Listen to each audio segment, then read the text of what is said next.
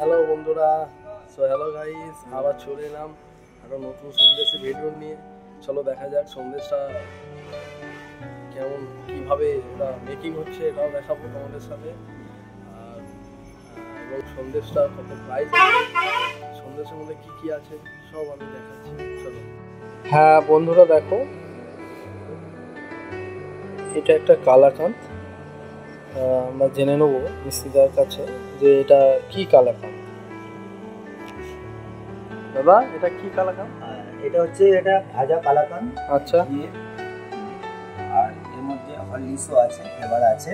আচ্ছা, তো সেজন্য এটা 10 টাকা পিস, খুবই সুন্দর। ঘিয়ের মধ্যে ভাজা হয়েছে, খুবই ভালো খেতে। থ্যাংক ইউ দাদা। সো গাইস দেখো, এটা প্লেন একটা সন্দেশ, ঠিক আছে।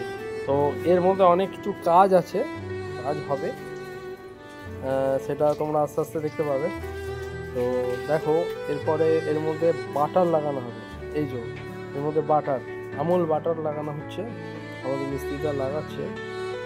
তো বাটার লাগিয়ে তারপরে এটাকে ফ্রাই করা হবে, ভাজা হবে এটাকে, সেটাও দেখাচ্ছি।